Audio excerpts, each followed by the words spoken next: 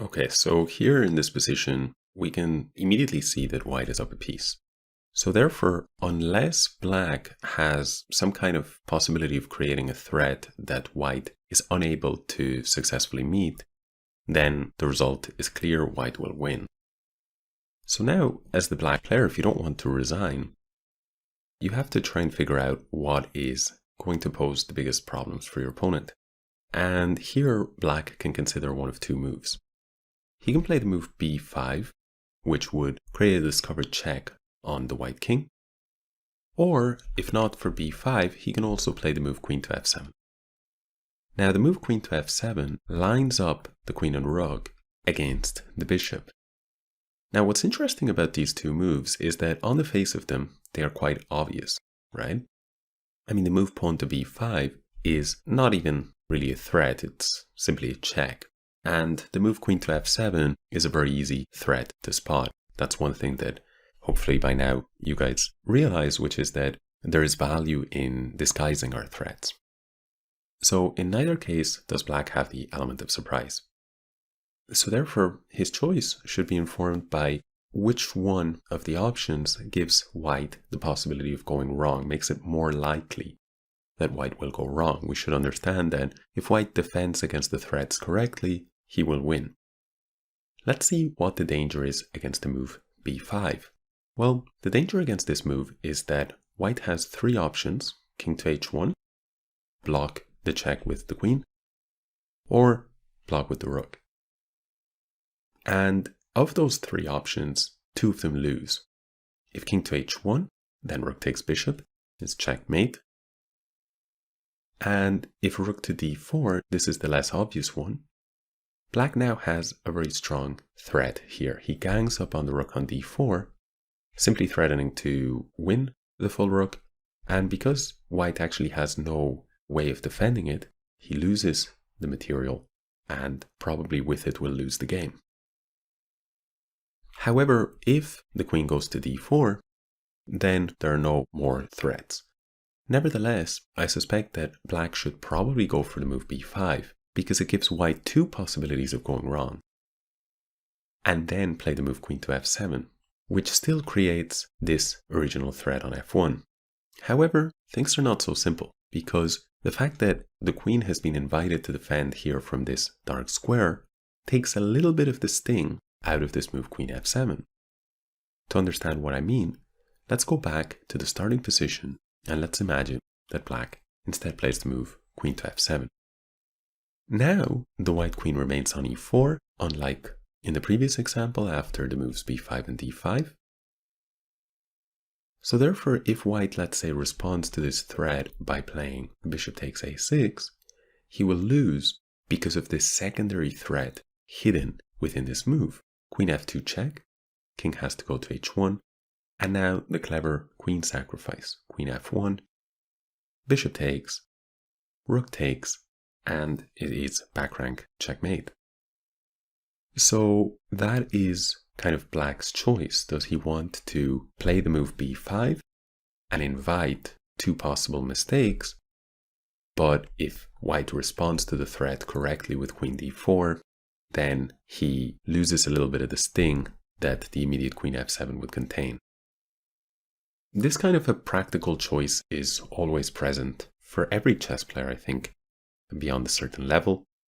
And not always do you make the kind of best practical choice, but over time you develop this skill. Now, if queen to f7 immediately, how should white actually respond? Well, the bishop is attacked, and we know he cannot just move the bishop because of the secondary threat of queen f2 check. So he might play a move like queen to e2. But the problem with queen to e2 is that although it guards against both queen f2 and queen takes f1, it surrenders the defense of the rook on d5. So queen takes a rook, and now the tables have turned.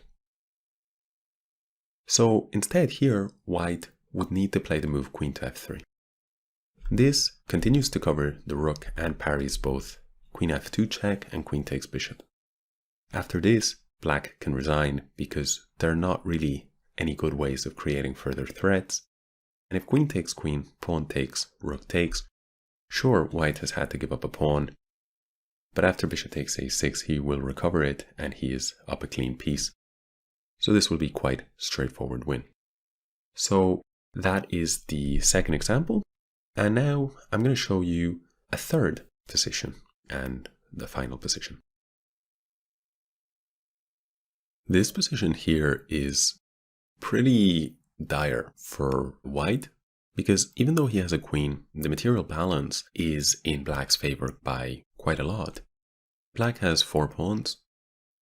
A bishop, let's say that's worth approximately 3 points, so that's 7, plus a rook is 12, against the queen and pawn, which is worth at most 10 points. We see that soon enough, black should be able to win this pawn and then win with his material advantage.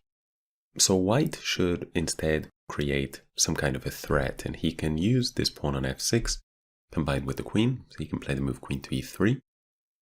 And here at least he has a good chance of winning, because if black, let's say, plays a silly move like pawn to c5, then queen h6, it'll be immediately checkmate, and black will not have any way of responding to the threat.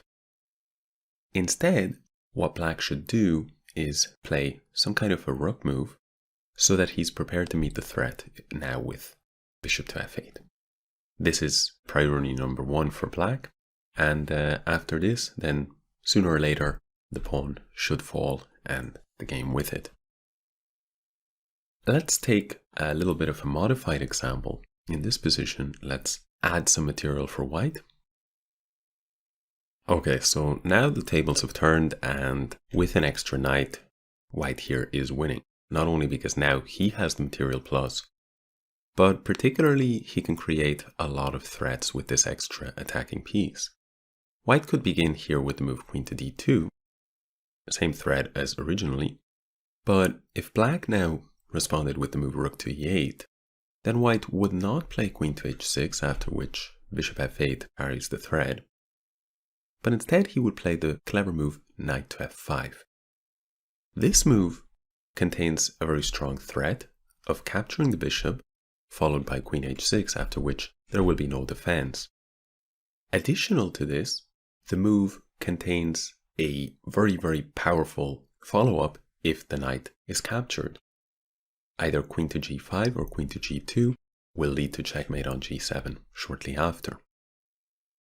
So finally, the knight is not only threatening to capture the bishop, but depending on where the bishop goes, it may jump either to e7 additionally or to h6 additionally. So, for example, if black plays the move bishop to f8, then white here can respond with knight h6 check. Black cannot capture, because then it would be checkmate on g7. And the knight on h6 is not only attacking the king, but it also threatens to capture on f7 on the next move. King h8, knight takes f7 check. The king must step to g8. Now here in this position, white can return to playing knight h6 with check, having won the pawn, or can play alternative moves like queen a2 or queen d5 or even knight g5 that all create very strong threats, even if it's not as immediate and forcing as giving a check. Knight g5, for example, would create f7 check as a threat. Queen d5 check would also be a threat. And even the move queen d7 would be a very, very powerful move, as it would attack the rook on e8 and the pawn on h7. So black would get overwhelmed by threats. If instead of knight g5, white played a move like queen to a2, then the threat would be knight to h6 with a double discovered check, followed by queen to g8 with mate. If black, let's say, responded by moving his bishop to b4, white could still give the check. If king f8, the threat would be queen f7 checkmate. And in the event of king h8, white can actually finish this game in a very nice manner by playing queen g8 check. And this is a variation on the smothered checkmate theme. Rook takes g8 and knight f7 is mate. So we can see that in all of these variations, black is getting overwhelmed by the number of threats created by the white pieces. the final variation we can look at occurs after perhaps black's most resilient move, rook to e6. This is the most resilient move because what it does is it not only creates an escape square for the king, so now g takes f5 is a threat, but in addition, it places the f6 pawn under attack. So that's usually a good idea when you can respond to your opponent's threat by creating threats of your own. So nevertheless, here, white has queen h6, which is very strong. The mating threat cannot be stopped by rook takes f6 because one of the purposes of the knight on f5 is to be covering the g7 square. And alternatively, black can only play this move bishop to f8. Now, bishop f8 is once again a good move, not only because it's forced in this case, but because it stops your opponent's threat while creating a threat of your own. And as we know, that's usually a good thing. Now, white could play a move like queen g5 and defend the pawn, and at the same time defend the knight, not directly, but indirectly, by pinning the pawn on g6. However, he has something even stronger. He can use the knight here on f5 to jump into e7, and from here, the king is in check, and if king h8, the bishop is undefended. So queen takes bishop will be game over. And therefore, black must capture the knight. If he captures with the bishop, queen g7 will be made. So he must capture with the rook.